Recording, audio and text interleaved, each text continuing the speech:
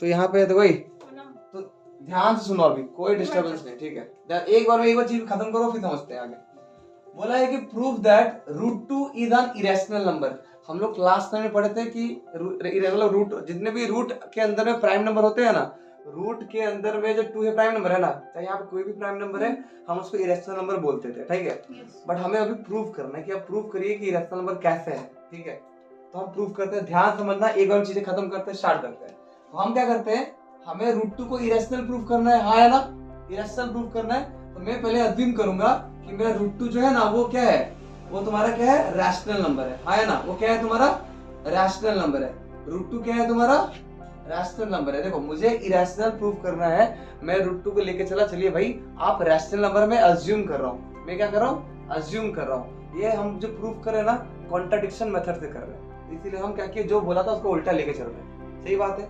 अगर कोई भी नंबर रैशनल नंबर है तो हम उसको p बाई क्यू के फॉर्म में कर सकते हैं, या बोल लो a बाई बी के फॉर्म में कर सकते हैं, ठीक है। तो मैं रूट टू को भी लिख सकता हूँ, अगर रूट टू मेरा रैशनल नंबर है, रूट टू अगर मेरा रैशनल नंबर है तो उसको मैं a बाई बी के फॉर्म में लिख सकता हूँ, सही बात है, क्योंकि रैशनल नंबर हो, हर एक रैशनल नंबर को तुम a बाई बी के फॉर्म में लिख सकते हो, राइट, है ना। अब यहाँ पर जो a और b होता है ना, उसका कॉमन क्या होता है, वो ना a एंड b क्या होता है, कोप्राइम होता है, वो क्या होता है, कोप्राइम होता है। अब बोलोगे कोप्राइम का मतलब क्या है, कि इन दोनों का नंबर का जो एचसीएफ निकालोगे आंसर क्या आएगा, 1 आएगा। अगर एचसीएफ 1 है तो सोच लेना कि वो क्या है, कोप्राइम नंबर है, समझ में आया ना। तो जो भी तुम ए और बी ले रही हो उसका एचसीएफ क्या है, हाईएस्ट कॉमन फैक्टर क्या है, 1 है, मतलब 1 को छोड़कर और कुछ भी कॉमन फैक्टर नहीं है, समझ में आया ना। ए और बी का बस डिवाइड करने वाला कौन है, 1 है, कॉमन फैक्टर 1 है, इतना क्लियर है। आगे बढ़ते हैं, अगर मैं इसको स्क्वायरिंग बोथ साइड करूं, मैं सॉल्व कर रहा हूं, अगर मैं स्क्वायरिंग बोथ साइड करूं तो मेरे क्या हो जाएगा, इसका स्क्वायर डाला, इसका भी स्क्वायर डाला, तो रूट टू का स्क्वायर क्या होता है, 2 होता है, और इसका स्क्वायर होता है a square by B square, सही बात है, सही बात है, यहाँ पे ध्यान दो, क्लियर है ना। अब यहाँ पे देखो, अब एक चीज देखना, यहाँ सीखना, ये b को मैं उधर जाकर मल्टीप्लाई कर सकता हूँ, क्रॉस मल्टीप्लीकेशन कर सकता हूँ ना। तो मैं क्या कि ये b स्क्वायर को उधर मल्टीप्लाई कर दिया, क्या मिल गया मुझे, 2b square is equal to a square. अच्छा मुझे बताओ, अगर मैं लिखता हूँ 2 into 3 इज इक्वल टू 6, है ना, वैसे ये 2 into this equal to this आ रहा है, हाँ कि ना। तो यहाँ पे मैं बोलता हूँ ना, ये 2 6 को डिवाइड करेगा, और 3 भी 6 को डिवाइड करेगा, सही बात है ना, ये बोलता हूँ ना मैं, चीज क्लियर है। तो वैसे ही मैं बोल सकता हूँ ना, अगर ये दोनों को मल्टीप्लाई करने से ये आ रहा है, तो पक्का है कि ये जो 2 है इसको डिवाइड करेगा। इसका सिंबल का मतलब बताया था फर्स्ट लेक्चर में, डिवाइड, हाँ कि ना, हाँ कि ना।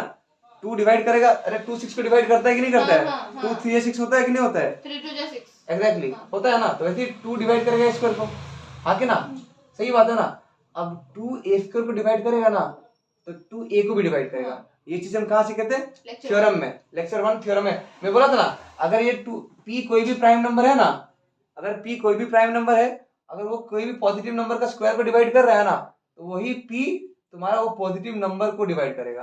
पहला मैं स्क्वायर को डिवाइड कर रहा था, और दूसरा में वही नंबर को डिवाइड कर रहा है। तो अगर मैं बोल रहा हूँ 2a स्क्वायर को डिवाइड करेगा, तो 2a को भी डिवाइड करेगा। तो अब यहाँ से मिल गया ना कि मेरा जो था 2a को डिवाइड कर रहा है। मैं बोला था यहाँ पे क्या, कि मेरा एचसीएफ क्या था, ए एंड बी का 1 था, मतलब मैं बोला था कि 1 को छोड़कर और कुछ नहीं डिवाइड करेगा, बट मुझे एक चीज मिल गया कि 2a को डिवाइड कर रहा है, सही बात है। अगर मैं दिखा दूं कि 2b को भी डिवाइड कर रहा है, तो मेरा एक फैक्टर नहीं मिल जाएगा जो a और b दोनों को डिवाइड कर रहा है, मतलब 2 एक अदर आर एक फैक्टर मिल जाएगा, जहाँ पे बात गड़बड़ हो जाएगा, हाँ कि ना, क्योंकि मैं एचसीएफ 1 लेके चला हूँ। तो हम देखते हैं, आगे देखते हैं, चलो ठीक है। अब देखो यहाँ पे क्या बोल रहा है, सुनो ध्यान से, अब यहाँ समझना है दूसरा पार्ट, सॉल्विंग पार्ट समझना है ना तुम लोग को। यहाँ खत्म हुआ 2 डिवाइड a, अगर 2a को डिवाइड कर रहा है, तुम इधर देखो भाई, अगर 2 6 को डिवाइड कर रहा है, अगर 2 6 को डिवाइड कर रहा है, तो पक्का है कि तुम 2 में कुछ मल्टीप्लाई करोगी तब जाके 6 आएगा, है ना। अगर 2 किसी नंबर को डिवाइड कर रहा है, इसका मतलब है ना कि तुम 2 में कुछ मल्टीप्लाई करोगे तो वो नंबर आएगा, सही बात है ना। अरे तुम 2 6 को डिवाइड कर रही हो, हाँ ना, 2 6 को डिवाइड करता है कि नहीं करता है, करता है। तो 2 में कुछ मल्टीप्लाई करोगे तो 6 आएगा ना, हाँ ना, सही बात है ना। तो 3, तो वैसे ही मतलब अगर मेरा 2a को डिवाइड कर रहा है, इधर देखो 2a को डिवाइड कर रहा है, तो 2 में कुछ मल्टीप्लाई करूंगा तो मेरा पूरा a जनरेट हो जाएगा। जैसे 2 में 3 मल्टीप्लाई किया 6 जनरेट हो गया, वैसे 2 में c मल्टीप्लाई किया a जनरेट हो गया, सही बात है। और c कुछ भी हो सकता है, कोई भी इंटीजर हो सकता है। यहाँ पे मैं 3 क्यों डाला पर्टिकुलर, क्योंकि नंबर मेरा 6 था, इसलिए 2 3 6 होता है। बट यहाँ पे मेरा क्या a है ना, तो 2 into सम c, c कोई भी पॉजिटिव इंटीजर है, राइट, समझ में आया। अब क्या करेंगे, स्क्वायरिंग बोथ साइड, वापस स्क्वायरिंग बोथ साइड किए, जब स्क्वायर किए तो a स्क्वायर ये हो गया और 2c का स्क्वायर हो गया, ठीक है। हाँ कि ना, मतलब यहाँ पे हम स्क्वायर का सिंबल डाल दिए। अब नेक्स्ट में सॉल्व किए, a स्क्वायर का स्क्वायर रहा और 2c का स्क्वायर क्या होता है 4c स्क्वायर नहीं होता है, होता है ना 4c स्क्वायर। अब हमने क्या किया, अब देखो अब यहाँ था ना a स्क्वायर का वैल्यू यहाँ पे क्या था बताओ रे, a स्क्वायर का वैल्यू यहाँ पे क्या है, a स्क्वायर का वैल्यू क्या है यहाँ पे 2b स्क्वायर। तो a स्क्वायर की जगह मैं 2b स्क्वायर डाल सकता हूँ, यस सर। हाँ या ना, a स्क्वायर की जगह मैं 2b स्क्वायर डाल सकता हूँ, कोई मुझे b का टर्म चाहिए ना, मुझे 2 डिवाइड b भी दिखाना है ना, मुझे 2 डिवाइड b भी दिखाना है, इसलिए मैं a स्क्वायर टर्म को यहाँ पे सब्स्टिट्यूट कर रहा हूँ, a square is equal to 2b square, समझ में आया? तो मैं पुट किया a स्क्वायर की जगह में a स्क्वायर का वैल्यू पुट किया, समझ लो क्या हो रहा है एक बार, ठीक है। तो आप देखो यहाँ पे 2b square is equal to 4c square है ना, तो 2 1 जा 2, 2 2 जा 4, क्लियर है कि नहीं, 2 से काट दिया, क्या बचा b square is equal to 2c square बचा, सेम चीज बच गया। तो यहाँ पे जो था ना यहाँ पे ऐसा टर्म वहां भी मिल गया। अब मैं बोल रहा हूँ अब देखो, अब ये दोनों को मल्टीप्लाई करके अगर ये बन रहा है, जैसे मैं बोला था ना कि ये दोनों को मल्टीप्लाई करके ये बन रहा है, वैसे ही ये दोनों को मल्टीप्लाई करके ये बन रहा है, तो पक्का है कि ये दोनों डिवाइड करेगा b स्क्वायर को, हाँ कि ना, तो यहाँ पर 2 डिवाइड b स्क्वायर, सही बात है ना। अब 2 डिवाइड b स्क्वायर, यही थ्योरम से 2 डिवाइड b ऑल्सो। अब मेरा देखो 2 a को भी डिवाइड कर रहा था, 2 b को भी डिवाइड कर दिया, तो दोनों का फैक्टर नहीं मिल गया एक 2, यहाँ पे वही लिखा हूँ from equation 1 and 2, from equation 1 and from equation 2, 2 is the common factor of a and b, common factor नहीं बा, दोनों को डिवाइड कर रहा ना, अरे दोनों को डिवाइड कर रहा तो कॉमन फैक्टर हुआ ना, सही बात है ना। But this contradict the fact that a and b have no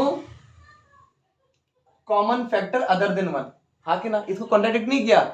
अरे हम स्टार्टिंग में क्या बोले थे कि a एंड b क्या है, कोप्राइम है, इनका HCF 1 है, बट मेरे को और एक फैक्टर मिल गया 2, और एक कॉमन फैक्टर 2 मिल गया ना, तो ये कॉन्ट्राडिक्शन नहीं कर दिया मेरा इस स्टेटमेंट को। अब जैसे कॉन्ट्राडिक्शन कर दिया, मैं किसके दम पे बोला था ये रैशनल नंबर है, a बाई बी कोप्राइम था तब तो बोला था ना, बट यहाँ पे मेरे को और एक फैक्टर मिल गया, अब कोप्राइम नहीं रहा, अब कोप्राइम नहीं रहा मतलब वो रैशनल भी नहीं रहा, और रैशनल नहीं रहा मतलब उसको इरेशनल, तो यहाँ पे वही चीज लिखा हूँ देखो, but this contradict the fact that a and b have no common factor other than 1, ठीक है ना। ये फैक्ट को, ये जो फैक्ट लेके चले तो उसको कॉन्ट्राडिक्ट कर दिया ना, उसको क्या किया, कॉन्ट्राडिक्ट मतलब अलग कर दिया, गलत कर दिया, ठीक है। देयरफॉर मैं जो एज्यूम करके चला था वो क्या हो गया, रॉन्ग हो गया, our assumption is wrong, hence root 2 is irrational number, खत्म।